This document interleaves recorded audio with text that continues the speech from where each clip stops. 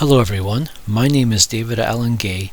Thank you very much for watching the latest GoFundMe Initiative update dated Friday, April 29, 2016.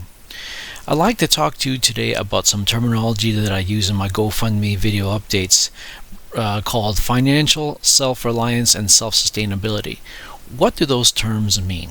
Well, you wouldn't be wrong if you thought I meant having a roof over your head, food on the table, and a bed to sleep on. That is actually a part of the concept of financial self-reliance and self-sustainability. Those are basic needs, and we all must have them in order to survive.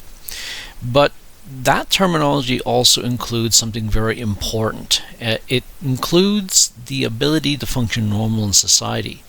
And what I mean by that is not only just the normal stuff such as getting up in the morning, going to work, working with other people on the job, coming home, being with your friends and family, having a normal social life, eating properly and going to bed and getting a good night's sleep. It also includes things that happen in your life that are unexpected and need to be dealt with. Because, let's face it, life is neither fair nor unfair. It is a series of events that happen randomly, without our control, and sometimes they work in our favor and sometimes they work against us.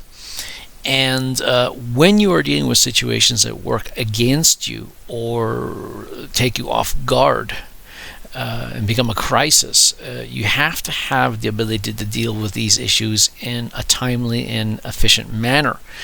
If you are struggling about where you're going to sleep or what food you'll be able to eat, or being protected from the elements, that's going to distract you from your task of dealing with this crisis. And the reason why I'm bringing this point up is because someone important in my social circle of friends and family has been hospitalized, and I need to be there for that person when that person gets out of the hospital and is on a road to recovery. I apologize for the vagueness of the terminology, somewhat important, but I don't think that person wants to be mentioned by name in a public video. So I'm not going to tell you who it is. Just understand for now that it is someone important.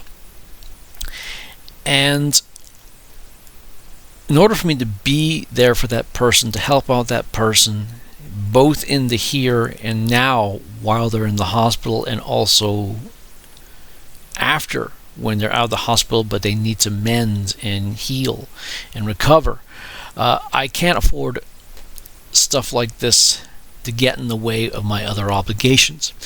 And if that doesn't make any sense or is a little confusing, allow me to give you some examples. Say, for example, you have an ordinary, everyday, average Joe or Jane who has a job, can afford a phone and internet access, has a place to stay at night, food on the table, and a place to sleep. Say, for example, they're informed that this someone important has been hospitalized. And this would normally come in the form of an immediate phone call, either over a landline or a cell phone. Most likely a cell phone, because people seem to be carrying those around nowadays. Once that person is immediately notified, that person will be working with others associated with the person in need of recovery. Friends, other family members, doctors and surgeons, maybe even insurance people, people at work, whatever. They will form some sort of relief coalition and support system to help this person get back on their feet. And that phone line and internet access will be the conduit of communication needed to keep the dialogue and the scheduling going, so that as a cohesive team unit, the person has a support system to get better, and the person who has been contacted will play an important part in that. Now, that is for normal circumstances where a person has only one life issue to take care of, and it's usually that life issue that comes up. So their stress level is going to be a little elevated, but because it's only one crisis, they're able to take it. But try to put yourself now in my situation, in my shoes. I don't have a working phone or internet access because I can't afford it. And how I found out about this, someone important being hospitalized and now needing my assistance for recovery and recuperation, was 4 hours after the fact. You see, what happened was I was doing a job search for about 4 to 6 hours on that day, finished up, went home to do some laundry and some cleaning, and then I came back to a library to go on the Wi-Fi and access my mail to see if anyone has responded to my job applications that I made on Monster, Walkopolis, KW Job Shop, Toronto Job Shop, Canoe, all these other job search engines that I look for work on, including Simply Hired and Indeed. And I usually get replies normally that say, "Thank you very much for your interest in the position. Only qualified applicants with the needed requirements who meet the needed requirements will be asked for an interview." But this one was a little different. While I was at home doing cleaning and laundry, an email was sent telling me that someone important had to be hospitalized and had to remain in hospital for a couple of days for observation, will be coming home very soon, and will need my help along with the help of other people in getting that person back on their feet again, being the extra pair of hands. And I only found out about this 4 hours ago, not immediately, because without a working internet access, without a working phone line as well, I'm a very hard guy to get a hold of. The only way you can really get a hold of me immediately is if you come down to my place, knock on my door, or know where I go in the mornings for my job search, which is usually a coffee shop and then the library after, for about 6 hours, 4 to 6 hours a day, 6 days a week. But aside from that, the only way you can really get a hold of me is if I go on to a hotspot, log on, and check my mail. And that's how I found out, but it was 4 hours after the fact. Complicating this situation even further, the situation that I'm going to be in right now is because my access is going to be very sporadic and very random. In other words, I can only get on the internet when there is an internet access. I can only make a phone call through Skype if there's a Wi-Fi available. I'm going to be very hard to schedule with, and it's going to be a challenge for that someone important to get the assistance from me, though I am going to try my absolute best to help this person and be a part of this relief team and supportive coalition that I mentioned before. It'll be very trying on the others who will rely on me to help them out.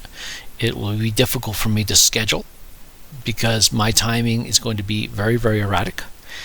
And none of this would be happening if it wasn't for the fact that I'm out of work. If I actually had a job through these applications that I do every day, if I had a working phone line and internet access that comes from having a job and not having to worry about my rent, then the situation would not be such a stressful situation. And it is very stressful for me right now, because right now my stress level is elevated to about around here, about wondering, about my temporary accommodations, and they are temporary. I must point that out. I'm also worried about my job, and I'm also worried about I'm also worried about the fact that I don't have a job, and I'm also worried about the fact that I don't really have a lot of money in my pocket. So those three things have already elevated my stress level to this level, and now that someone important being that part of the assistance team to help them get back on their feet, it's pushed my my stress level to this level, and having too much stress in your life is not healthy. So that is the importance of financial self-reliability and self-sustainment. Being able to take care of myself, having the basic essentials taken care of, so that when life does throw me a curve, such as that significant someone in need of help, I can be there for them. And I am going to be there for them. It's going to be more of a challenge. But hopefully with your help out there in the social media land and the blogosphere, and those people out there watching the cat videos on YouTube, I hope that I can count on your help to get me back to that goal that I'm reaching for, to be able to take care of myself through employment and have the basic essentials taken care of so I can be there for those people. And so what am I asking for? It's the same thing that I've always been asking for. I'm not asking for one person to pay $11,000 to cover the rent of this place so that others don't have to cover it for me. I'm asking $1 for 11,000 people out there, social media land, the blogosphere, watching cat videos, to cover the cost. I am asking for 50 cents for 22,000 people. I am asking for a dime for 110,000 people. Anything that you guys can give is going to be a big help to me. I would much rather to have a job. If you are in the Kitchener, Waterloo, Cambridge area, if you have employment for me, part-time or full-time, doesn't matter the hourly wage or the salary, please do contact me through the various channels available through my GoFundMe Initiative page. You can reach me on Twitter at David_Allen_gay. You can reach me at my blog at davidallengay.wordpress.com. You can reach me here through my GoFundMe Initiative page, as I mentioned before, and of course through YouTube, which is where this video is being aired right now. Thank you very much for watching this latest GoFundMe Initiative update. Thank you very much again, and have yourself a good day. Bye for now.